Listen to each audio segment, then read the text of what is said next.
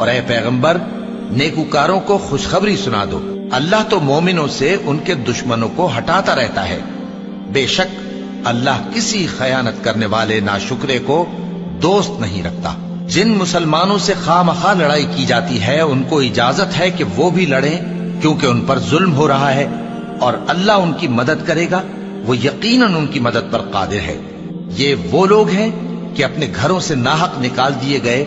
انہوں نے کچھ قصور نہیں کیا، ہاں یہ کہتے ہیں کہ ہمارا پروردگار اللہ ہے۔ اور اگر اللہ لوگوں کو ایک دوسرے سے نہ ہٹاتا رہتا تو خانقاہیں اور گرجے اور یہودیوں کے عبادت خانے اور مسلمانوں کی مسجدیں جن میں اللہ کا کثرت سے ذکر کیا جاتا ہے گرائی جا چکی ہوتی۔ اور جو شخص اللہ کی مدد کرتا ہے اللہ اس کی ضرور مدد کرتا ہے، بے شک اللہ توانا ہے، غالب ہے۔ یہ وہ لوگ ہیں کہ اگر ہم ان کو ملک میں حکومت دے دیں تو نماز قائم کریں اور زکوٰۃ ادا کریں اور نیک کام کرنے کا حکم دیں اور برے کاموں سے منع کریں، اور سب کاموں کا انجام اللہ ہی کے اختیار میں ہے۔ اور اگر یہ لوگ تم کو جھٹلاتے ہیں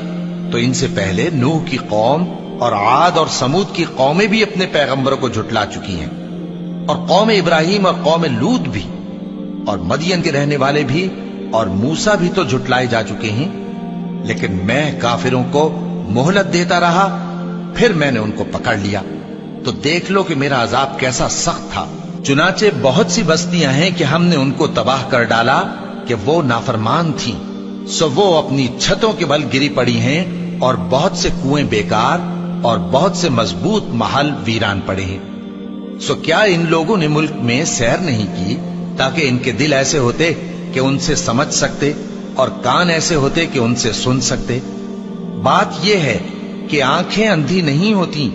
بلکہ دل جو سینوں میں ہیں وہ اندھے ہو جاتے ہیں، اور یہ لوگ تم سے عذاب کے لیے جلدی کر رہے ہیں، اور اللہ اپنے وعدے کے خلاف ہرگز نہیں کرے گا۔